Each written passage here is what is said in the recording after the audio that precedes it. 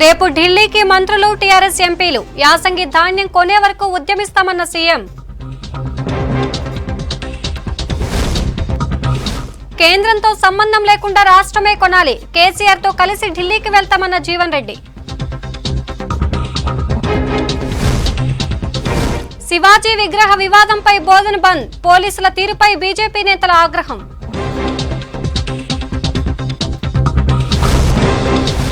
Double bedroom ఇళ్ల కోసం BJP ధర్నా, ఆదిలాబాద్ లో ఆందోళనకారులపై లాఠీ చార్జ్.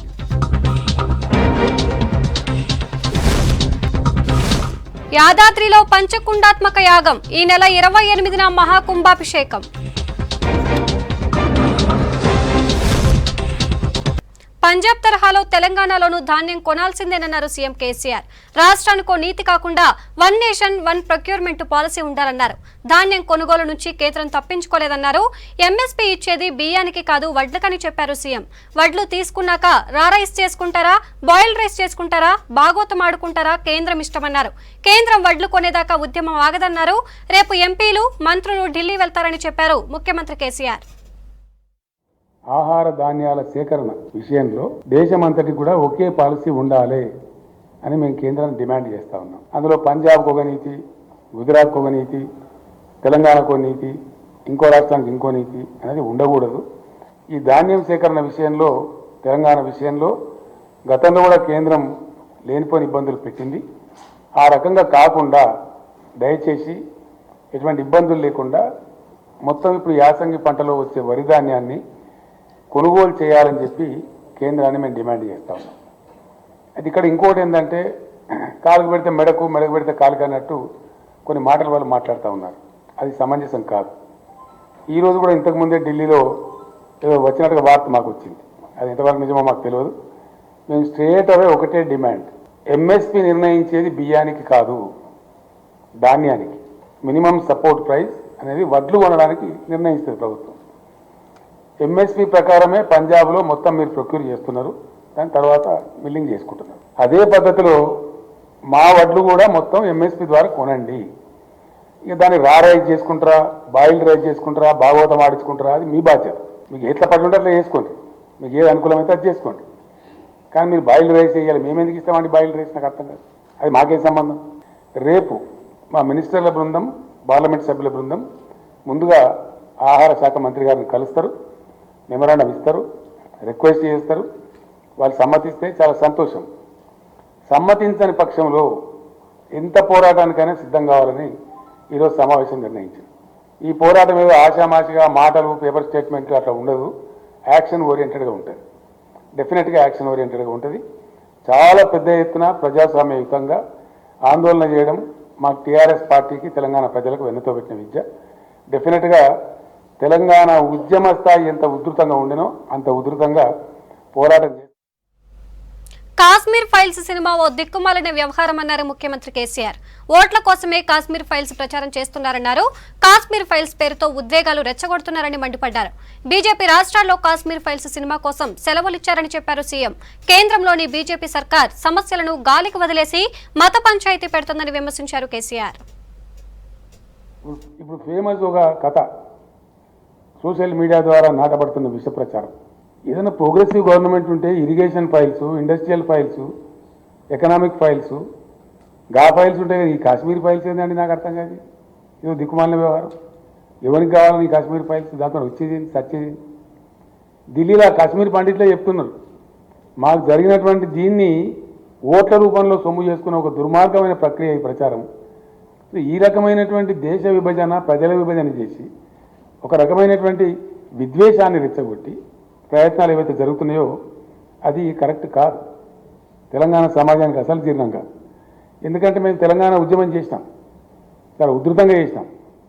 దశాబ్దాల తరబడి చేసిన తెలంగాణ మన రెండవ దశ మలి దశలో చేసినప్పుడు 14-15 సంవత్సరాలు పోరాటం చేసినాం. మేము ఏం పిలిపించినామండి? సకల జనుల సమ్మె అన్నాం. కానీ హిందువుల సమ్మె, సిక్కుల సమ్మె, ముస్లింల సమ్మె, క్రైస్తవుల సమ్మె అని పెట్టినామండి. ఇంక్లూజివ్ ఒక అజిటేషన్ చేసిన, ఒక గ్రోత్ సాధించిన, ఒక ప్రగతి సాధించిన, it should be inclusive. It should be of the entire nation. ప్రభుత్వం గట్ల మాట్లాడాలి. కానీ దౌర్భాగ్యం ఏంటంటే బీజేపీ పాలిత రాష్ట్రాలలో అనేక రాష్ట్రాలలో సెలవులు ఇచ్చి ప్రభుత్వ ఉద్యోగస్తులను కాశ్మీర్ ఫైల్ సినిమా చూడమని చెప్తున్నారు. ఎటు పోతుందండి దేశం? ఏం దిక్కుమాలిన ప్రచారం ఇది? ఇదేం విభజన రాజకీయం? దీని పర్యావసానం ఏంది? ఎక్కడ తీసుకెళ్తారు ఈ దేశాన్ని? అనేక దశాబ్దాల తరబడి అనేక ప్రభుత్వాలు కొనసాగించినటువంటి కృషి వల్ల ఒక వాతావరణం నిర్మాణం అయితే ఇలా భారతదేశంలో ఐటీ రంగంలో అది అంతర్జాతీయ స్థాయి విపిని ఐటీ రంగం అనేది ఇండియా నుంచి దాదాపు 5 లక్షల కోట్ల పైసలకు సాఫ్ట్వేర్ ఎక్స్పోర్ట్ అవుతా ఉంది. బెంగళూరు, హైదరాబాద్, పూణే తదితర ఏరియాలను కలుపుకుంటే ఎక్కడికి పోతే రేపు పొద్దున ఇది? ఈ విభజన రాజకీయాలు పెట్టి విద్వేషాలు పెట్టి సమాజాన్ని విచ్చలవిడి ప్రయత్నాలు చేస్తే ఏం జరుగుతుంది? రేపు పొద్దున వాతావరణ కాలుష్యం ఏర్పడితే ఎవరు దానికి బాధ్యతలతో వహిస్తారు? రేపు పొద్దున కేంద్ర ప్రభుత్వంతో సంబంధం లేకుండా రాష్ట్ర సర్కారే వడ్లు కొనాలన్నారు ఎమ్మెల్సీ జీవన్ రెడ్డి. కేసీఆర్ వరి వద్దనడంతో ఈసారి సగం పంటే వస్తోందన్నారు. 1 కోటి మెట్రిక్ టన్నులు పండాల్సిన రాష్ట్రంలో ఈసారి 50 లక్షల మెట్రిక్ టన్నులు దిగుబడి వస్తుందన్నారు. కేంద్రంపై పోరుకు కేసీఆర్ తో కలిసి మేము కూడా ఢిల్లీకి పోయేందుకు సిద్ధంగా ఉన్నామని, అక్కడికి పోయాక కేసీఆర్ మోడీ కాళ్లు పట్టుకుంటాడో జుట్టు పట్టుకుంటాడో తెలవదు అంటూ ఎద్దేవా చేశారు. ఆరుతడి పంటలకు ప్రోత్సాహం కల్పింపచేత ఇవాళ ఏదైతుందో కేంద్ర రాష్ట్ర ప్రభుత్వాలు ఒకవైపు ఏదైతుందో వారు వ్యవసాయానికి పెద్దపీట వేస్తున్నామని చెప్పని చెప్పుకుంటూనే ఇంకోవైపు ఏదైతుందో రైతాంగాన్ని తీవ్ర ఆందోళనకు గురి చేసే విధంగా ఇవాళ ఏ వ్యవసాయ ఉత్పత్తులకు కనీస మద్దతు ధర కల్పింపచేయటం కేంద్ర రాష్ట్ర ప్రభుత్వాల బాధ్యతగా భావించడం జరుగుతుందో ఇవాళ రాష్ట్ర ప్రభుత్వం కేంద్ర ప్రభుత్వంపై నెపం నెట్టడం, కేంద్రం ఏదైతున్నదో మాకున్నటువంటి నిబంధనలకు అనుగుణంగా మేమేదైతుందో వరి ధాన్యమే కానీ ఇతర వ్యవసాయ ఉత్పత్తులకు సేకరణకు సంబంధించి కార్యక్రమం అమలు చేస్తున్నామని చెప్పి కేంద్రం పేర్కొనటం. అంటే ఇవాళ ఈ 2 ప్రభుత్వాల మధ్య నలిగిపోయేది రాష్ట్ర రైతాంగం అని చెప్పక తప్పదు. వరి కొనుగోలుకు కాంగ్రెస్ పార్టీ 5 అంచెల కార్యక్రమాలు చేస్తోందన్నారు కాంగ్రెస్ సీనియర్ నేత చిన్నారెడ్డి. ధాన్యం కొనుగోలులో రాష్ట్ర కేంద్ర ప్రభుత్వాలు డ్రామాలాడుతున్నాయన్నారు.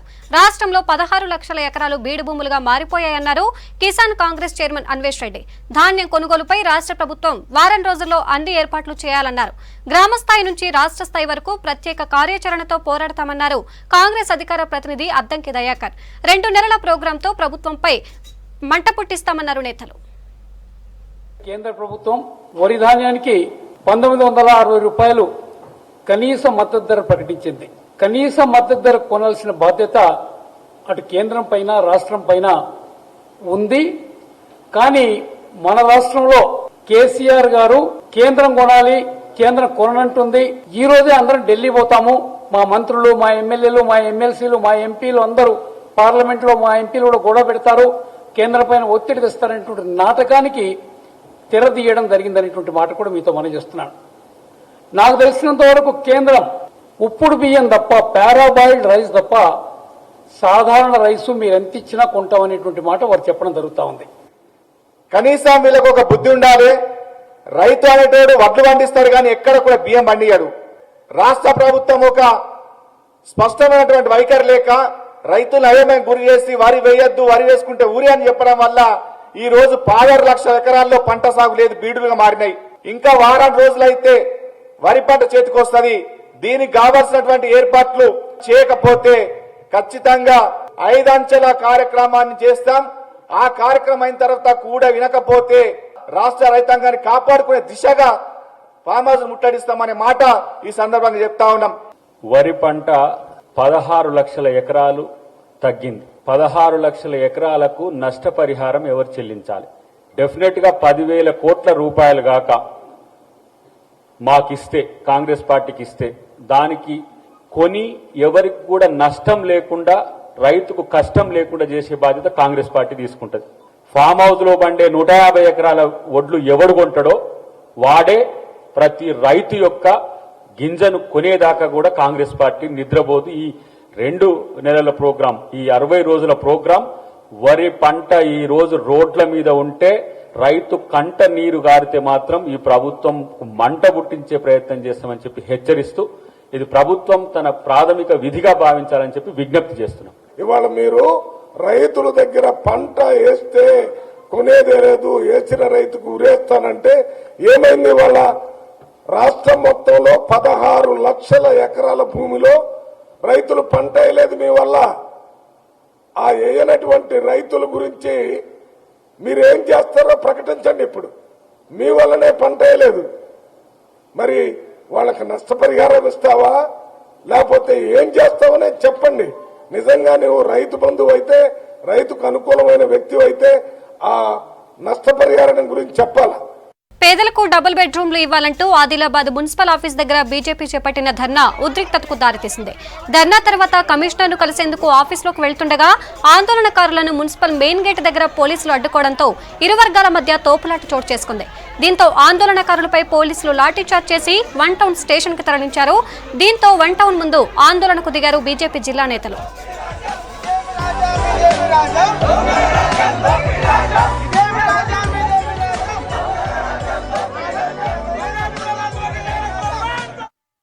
పరిధిలో గల బంగారుగూడ వార్డులో 20 సంవత్సరాల నుండి అక్కడ దాదాపు ప్రజలంతా కూడా ఇండ్లేసుకొని నివసిస్తున్నారు.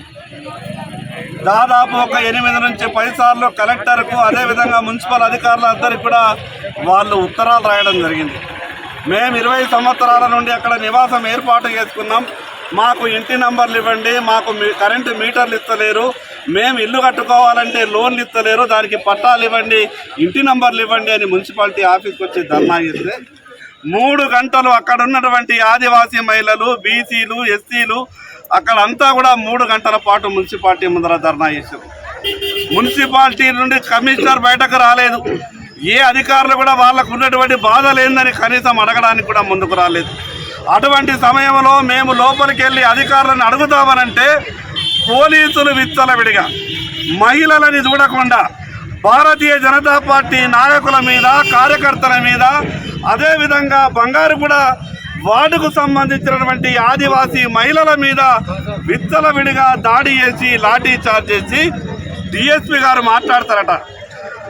గుండెలారా లంజలారా అని డిఎస్పీ మాట్లాడుతున్న పరిస్థితి వచ్చిందనంటే ఏ రకంగా ఈ రాష్ట్రంలో పోలీసు వ్యవస్థ పనిచేస్తున్నదో అర్థం చేసుకోవాలా. ఆదిలాబాద్ జిల్లాలో కలెక్టర్ కార్యాలయం ముందు ధర్నాకి దిగారు తుడుందబ్బా నేతలు. ర్యాలీగా వచ్చి కలెక్టరేట్ ముందు నిరసన చేపట్టారు. సర్వే నెంబర్ 72లో ఆదివాసీలు కుమ్రం భీం కాలనీ ఏర్పాటు చేస్తే అధికారులు బలవంతంగా కాలం చేయించారని అన్నారు తుడుందెబ్బా నేతలు. దీంతో అక్కడున్న వాళ్లంతా ఇబ్బందులు పడుతున్నారన్నారు. అధికారులు ఆ స్థలాన్ని ఆదివాసీలకు అప్పగించి వారికి డబుల్ బెడ్రూమ్ ఇండ్లు ఇవ్వాలని డిమాండ్ చేశారు.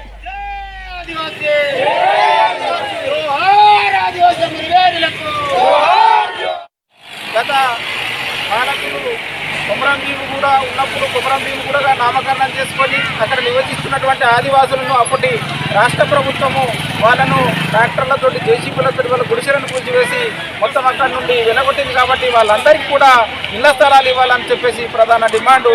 తర్వాత ఎస్టీ జాబితా నుండి లంబాడాలను తొలగించాలి. అదేవిధంగా జీవో నంబర్ 3ను యథావిధిగా అమలు చేయాలి. ఆదివాసులు సాగు చేసుకుంటున్నటువంటి పోటు భూములకు హక్కుపత్రాలు ఇవ్వాలి. జీవో నంబర్ 317ను 5వ షెడ్యూల్ ప్రాంతాల్లో రద్దు చేయాలి. అదేవిధంగా గిరిజన యూనివర్సిటీని ఆదిలాబాద్ జిల్లాలో నెలకొల్పాలి. గిరి వికాసం పథకం కింద ఇప్పటికే దాదాపు 15,000 మంది ఆదివాసీ రైతులు దరఖాస్తు చేసుకున్నారు. కానీ వాళ్ళకు దాదాపు ఒక 260 వరకే మనకి ఇక్కడ మంజూరైనట్టు తెలుస్తుంది. కాబట్టి ఎవరైతే దరఖాస్తు చేసుకున్న రైతులు ఉన్నారో వాళ్ళందరికీ కూడా గిరి వికాసం పథకం కింద వాళ్ళకి బోర్వెల్స్, కరెంటు, 3 ఫేజ్ లైన్లు ఇవ్వాలని చెప్పేసి మేము ఇవాళ కాంగ్రెస్ పార్టీ నేతలు హద్దు మీరితే అధిష్టానం చర్యలు తీసుకుంటుందన్నారు PCC working president Mahesh Kumar Goud. వ్యక్తిగత సమస్యలు ఉంటే అంతర్గతంగా చర్చించుకోవాలన్నారు. ప్రజలు కాంగ్రెస్ వైపు చూస్తున్న సమయంలో మీటింగులు పెట్టడం కరెక్ట్ కాదన్నారు. మంత్రి హరీష్ ను విహెచ్ ఎందుకు కలిశారన్న దానిపై ఏఐసీసీ పరిశీలిస్తోందన్నారు మహేష్ కుమార్ గౌడ్. పార్టీని నష్టపరిచే ఎటువంటి కార్యక్రమాలను ఏఐసీసీ సహించదన్నారు. కాంగ్రెస్ పార్టీలో ప్రజాస్వామ్యం ఉంది. ప్రజాస్వామ్యం ఉంది కదా అని హద్దు మీరు ప్రవర్తిస్తే కూడా హైకమాండ్ చూస్తూ ఊరుకోదు. వ్యక్తిగతంగా ఏదైనా సమస్యలు ఉంటే పార్టీ ఫోరం ఉంది, ఏఐసిసి నాయకులు ఉన్నారు, ఏఐ సెక్రటరీలు బోసరాజు గారు, శ్రీనివాసం గారు ఆల్మోస్ట్ వారంలో ఒకసారి 2 సార్లు వస్తూ ఉన్నారు. మీకు చెప్పుకునే అవకాశం ఉంది. ఇక్కడ కాకుండా ఢిల్లీకి పోయి చెప్పుకునే అవకాశం ఉంది. కానీ ఇవేవి చేయకుండా సమావేశాలు పెట్టి మీరు మాట్లాడిన తీరు వల్ల కాంగ్రెస్కి ఏమైనా నష్టం జరిగితే అది మీదే బాధ్యత వహించాల్సి వస్తుంది. ఇవాళ రాష్ట్రంలో ప్రజలు కాంగ్రెస్ వైపు చూస్తూ ఉన్నారు. ఎప్పుడు ఎన్నికలు జరిగినా కాంగ్రెస్ పార్టీ అధికారంలోకి వచ్చే అవకాశం మెండుగా ఉన్నాయి. జగ్గారెడ్డి గారు ప్రజాబలం కలిగినట్టు నాయకుడు, మేమందరం కూడా ఇష్టపడే నాయకుడు. 3 సార్లు ఎమ్మెల్యే గెలిచినారు. నేను జగన్కి విజ్ఞప్తి చేస్తా ఉన్నాను, సవాళ్ళు మన మీద కాదు విసిరాల్సింది. మీ సవాలు హరీష్ రావు మీద విసిరండి, కేటీఆర్ మీద విసిరండి, టీఆర్ఎస్ ప్రభుత్వం మీద విసిరండి, బీజేపీ మీద విసిరండి. మేము కూడా మీతో పాటు తోడుగా ఉంటాం. ఇవాళ సమయం మనం టీఆర్ఎస్ బీజేపీ మీద సవాలు విసిరి వాళ్ళని చిత్తుగా ఓడించి మనం గెలవాల్సిన సమయం. వారి మీద సవాలు విసిరాల్సిందిగా విజ్ఞప్తి చేస్తా ఉన్నాను. విహెచ్ హరీష్ రావు గారిని కలిశారు, నేనేదో ప్రత్యేకమైనటువంటి ఇంటి సమస్య మీద కలిసిన విహెచ్ గారు చెప్తా ఉన్నారు. సో దాని మీద విహెచ్ఆర్ హరీష్ రావుని కలిసిన దాని మీద కూడా కాంగ్రెస్లో కొందరు కంప్లైంట్ చేయడం జరిగింది. ఈ విషయం కూడా ఏఎస్సీ పరిశీలనలో ఉంది. పెద్దపల్లి జిల్లా ముత్తారం మండలానికి చెందిన సముద్రాల సమ్మయ్య అనే రైతు నేషనల్ హైవే కింద తన భూమి పోతుందన్న మనస్తాపంతో నిన్న పురుగుల మందు తాగి ఆత్మహత్యాయత్నం చేశాడు. చికిత్స కోసం కరీంనగర్ ప్రభుత్వ హాస్పిటల్కు తరలించారు. ఇవాళ చికిత్స పొందుతూ రైతు సమ్మయ్య చనిపోయాడు. నేషనల్ హైవే కింద 51 గుంటల వ్యవసాయ భూమి పోతే తన 2 ఆడపిల్లల పెళ్లిళ్లు చేయలేరనే ఆవేదనతో ఆత్మహత్యాయత్నం చేసుకున్నట్లు కుటుంబ సభ్యులు చెబుతున్నారు. సమ్మయ్య భార్య రాజేశ్వరి ముత్తారం పోలీస్ స్టేషన్లో ఫిర్యాదు చేశారు. తమకు న్యాయం చేయాలని కుటుంబ సభ్యులు కోరుతున్నారు.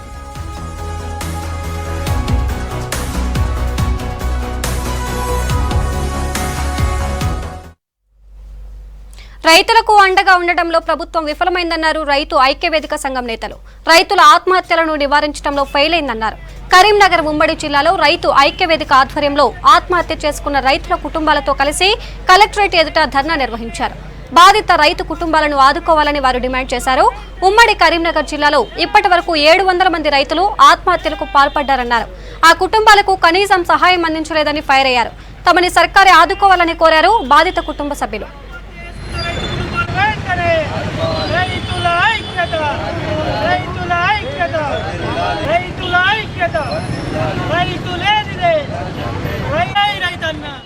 సంవత్సరాల క్రితం మా ఆయన సూసైడ్ చేసుకున్నాడు. మా ల్యాండ్ గురించి, మా పొలం గురించి. అయితే రైతుల కోసం అంటే అప్పుడు కూడా చాలా రోజులు తిరిగినాము, ఇక్కడ ఎట్లాంటి రెస్పాన్స్ రాలేదు. మళ్ళీ దీనికోసమని మళ్ళీ ఒకసారి ఇక్కడికి వచ్చినాము. ఇప్పుడైనా కొంచెం పెద్ద పట్టించుకొని మాకు న్యాయం చేస్తారని ఇక్కడ ధర్నా చేస్తున్నాం. మా పొలం వల్ల మేము కొంచెం చేసుకున్నాము, అది దానివల్ల మునిగిపోయింది. లాస్ అయ్యేసరికి తను ఆత్మహత్య చేసుకున్నాం అప్పుల వల్ల. మా పిల్లల కోసం, మా కోసం కొంచెం గవర్నమెంట్ మమ్మల్ని ఆదుకోమని రిక్వెస్ట్ చేస్తున్నాం. కౌలు చేసి బాగా అప్పులు చేసి 8 సంవత్సరాలు అవుతుంది. 8 లక్షలు అప్పు చేసిండు. కళ్ళు తాగి మందు తాగి చచ్చిపోయిండు. ఏదో న్యాయం చేస్తారు. ఇక్కడికి హత్య వచ్చినాం. తెలంగాణ రాష్ట్రం ఏర్పడి 7 సంవత్సరాలు గడుస్తున్న రైతు ఆత్మహత్యల పరంపర కొనసాగుతూనే ఉన్నది. అయినా ఇవాళ రాష్ట్ర ప్రభుత్వం నిమ్మకు నీరెత్తినట్టు కనీసం అన్నం పెట్టే రైతులు ఆత్మహత్యలు చేసుకుంటే పిట్టల్లా రాలిపోతున్నా కూడా పట్టించుకొని ప్రభుత్వం గొప్పలు చెప్తున్నది. ఇవాళ మన కరీంనగర్ ఉమ్మడి జిల్లాలో 700 మంది రైతులు ఆత్మహత్యలు చేసుకుంటే ఒక్క రైతు కుటుంబాన్ని పరామర్శించిన పాపన పోలేదు, వారికి ఆర్థిక సహాయం అందించలేదని చెప్పేసి మేము రైతు ఐక్యవేదిక ద్వారా తెలియజేస్తున్నాం. అదేవిధంగా రైతు అన్నం పెట్టే రైతును ఆదుకోకపోతే రైతుల ఉసురు దాక్తుందని చెప్పేసి రాష్ట్ర ప్రభుత్వాన్ని హెచ్చరిస్తా ఉన్నాం. వారం రోజుల నుంచి చినజీయర్ స్వామిపై అసాంఘిక శక్తులు ఆరోపణలు చేస్తున్నాయంటూ ఆదిలాబాద్ జిల్లా ఉట్నూరులో బిర్సాయిపేట్, అల్లంపల్లి గ్రామస్తులు శాంతి ర్యాలీ నిర్వహించారు. చినజీయర్ ఫోటోకు పాలాభిషేకం చేశారు. తండాకు రోడ్డు సౌకర్యం లేక ఇబ్బందులు పడుతుంటే 1999లోనే చినజీయర్ రోడ్డు వేయించారన్నారు బాబానాయక్ తండా సర్పంచ్ రంభాదేవి. తండాలో స్కూల్ కట్టించి పిల్లల భవిష్యత్తుకు మంచి పునాది వేశారని చెప్పారు. ఎన్నో సేవా కార్యక్రమాలు చేస్తున్న చినజీయర్పై తప్పుడు ప్రచారం చేయడం తగదన్నారు.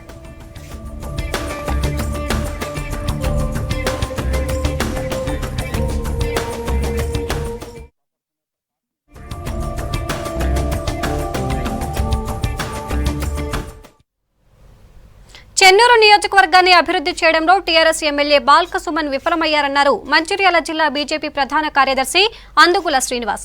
క్యాంప్ ఆఫీసులో కనీసం 10 రోజులు కూడా ఎమ్మెల్యే ప్రజలకు అందుబాటులో ఉండరని చెప్పారు. మంచిర్యాల జిల్లా మందమరిలో పట్టణ బీజేవైఎం ప్రధాన కార్యదర్శి సురేందర్ ఆధ్వర్యంలో 50 మంది యువకులు బీజేపీలో చేరారు. వారికి కండువా కప్పి పార్టీలోకి ఆహ్వానించారు అందుగుల శ్రీనివాస్. ఎమ్మెల్యే సుమన్ ఇచ్చిన హామీలు అమలు కోసం పోరాడతామని చెప్పారు.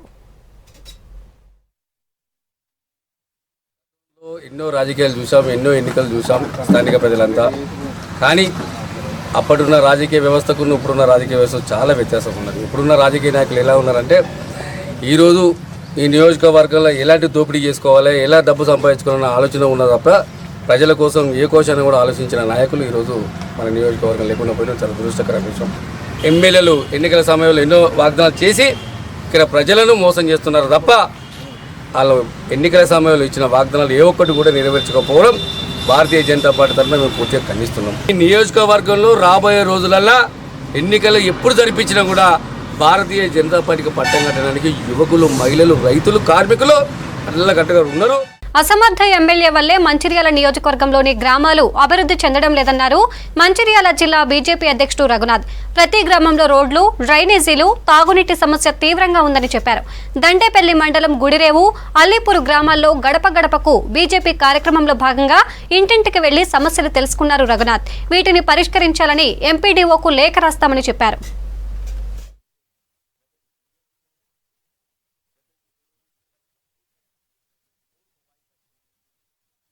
ఒక అసమర్థత ఎమ్మెల్యే వలన ఈరోజు గుడిరేవు మరియు దండపల్లి మండలంలో ఉన్న ఇతర గ్రామాలు కూడా ఏవి కూడా అభివృద్ధికి నోచుకోలేదు. చాలామంది దళితులు ఉన్నారు. అప్పుడేమో 3 ఎకరాల భూమి ఇస్తామని చెప్పారు. 3 ఎకరాలేమో ఇప్పుడు కొత్తగా 10 లక్షలు అంటాడు. మరి 10 లక్షలు కేవలం నియోజకవర్గంలో ఒకటే గ్రామంలో కొంతమందికే ఇస్తామంటారు. సో ఇక్కడ ఉన్న దళితులు వీళ్ళేం పాపం చేశారు? వీళ్ళకి ఎందుకు 10 లక్షల రూపాయలు ఇవ్వట్లేదు? మేము భారతీయ జనతా పార్టీ తరఫున ఈ గ్రామంలో ఉన్న నాలీల సమస్య, రోడ్ల సమస్య, నల్లా నీళ్ళ సమస్య ఇవన్నిటిని కూడా వెంటనే పరిష్కరించాలని, ఈ సమస్యలన్నీ కూడా ఎంపీడీఓ కలెక్టర్ గారి దృష్టికి కూడా తీసుకెళ్తాము. ఈ సమస్యలు పరిష్కరించేంత వరకు భద్రాద్రి ఆలయంలో ఏటా సీతారాముల కళ్యాణం కమనీయంగా జరుగుతోంది. ఈ వేడుకకు ఉపయోగించే తలంబ్రాలకు ఎంతో విశిష్టత ఉంది. గోటితో కోటి అక్షింతలను తీస్తారు. ఈసారి కూడా తూర్పుగోదావరి జిల్లా కోరుకొండకు చెందిన శ్రీకృష్ణ చైతన్య సంఘం ఆధ్వర్యంలో ఆ పని జరుగుతోంది. ప్రతి ఏటా భద్రాచలంతో పాటు ఒంటిమిట్ట రామాలయానికి గోటితో ఒలిచిన కోటి తలంబ్రాలను అందిస్తారు. ఇందుకోసం స్వయంగా రామ పంటను పండిస్తుంటారు. 3 నెలలు కష్టపడి పంట పండిస్తారు. 800 కేజీలు బియ్యాన్ని గోటితో వలుస్తారు శ్రీకృష్ణ చైతన్య సంఘం సభ్యులు. అలా కోటి తలంబ్రాలను తయారు చేస్తున్నారు. వీటి తయారీలో 60 గ్రామాల్లోని రామభక్తులు ఉత్సాహంగా పాల్గొంటున్నారు. తూర్పుగోదావరి జిల్లా కోరుకొండ శ్రీకృష్ణ చైతన్య సంఘం వారు ఇప్పటి నుంచి అనేక సంవత్సరాల నుంచి కూడా కళ్యాణ అక్షతలని గోటితో తయారు చేసేసి భద్రాద్రి దివ్యక్షేత్రానికే కాకుండా ఒంటిమిట్ట శ్రీ కోదండరామస్వామి వారి యొక్క క్షేత్రానికి కూడా పంపడం జరుగుతుంది. విశేషమైనటువంటి రామ పంటగా యొక్క వడ్లను పండించి వారి ఆ ధాన్యాన్ని సేకరించి ఉభయ తెలుగు రాష్ట్రాల్లోని అనేక మంది భక్త బృందం వాటిని ఒలిచేటువంటి ప్రక్రియ కొనసాగుతుంది. దానిలో భాగంగా ఉభయ తెలుగు రాష్ట్రాల్లోని శ్రీనృసింహ సేవావాహిని భక్త బృందం కూడా ఈ యొక్క గోటి తలంబరాల ఉత్సవంలో పాల్గొంటున్నందుకు విశేషమైనటువంటి పుణ్యఫలం వారికి లభిస్తుంది. వేరే రాష్ట్రాల్లో ఉంటున్న కొందరు రామభక్తులు కూడా తలంబ్రాలు వలిచే కార్యక్రమంలో పాల్గొంటున్నారు. 200 గ్రాముల ప్యాకెట్ల రూపంలో వడ్లను వారికి పంపిస్తున్నారు. ఈ ఏడాది కూడా కోటి తలంబ్రాల కార్యక్రమం ప్రారంభం కావడంతో సీతమ్మ తల్లికి ప్రత్యేక పూజలు నిర్వహించారు. భద్రాచలం సీతారామ కళ్యాణానికి 11 ఏళ్లుగా కోటి తలంబ్రాలు అందిస్తున్నారు శ్రీకృష్ణ చైతన్య సంఘం సభ్యులు. గత 6 ఏళ్ల నుంచి ఒంటిమిట్ట శ్రీరామ నవమికి కూడా కోటి తలంబ్రాలను అందిస్తున్నట్టు చెప్పారు. రాజీవ్ గాంధీ పంచాయతీ సంఘటన చైర్పర్సన్ మీనాక్షి నటరాజన్ చేపట్టిన పాదయాత్ర మెదక్ జిల్లాలో కొనసాగుతోంది. చేగుంట మండలం వడియారం చేరుకున్న యాత్రకు వర్కింగ్ ప్రెసిడెంట్ జగ్గారెడ్డి స్వాగతం పలికారు. మీనాక్షి నటరాజన్ పాదయాత్ర చేపట్టడం అభినందనీయమన్నారు జగ్గారెడ్డి.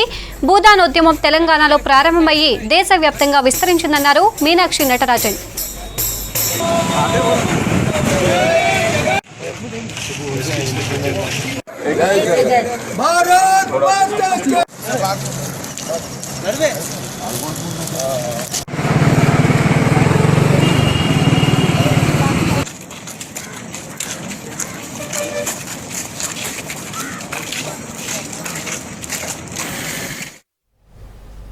ఇప్పుడు జిల్లాల రౌండప్ చూద్దాం.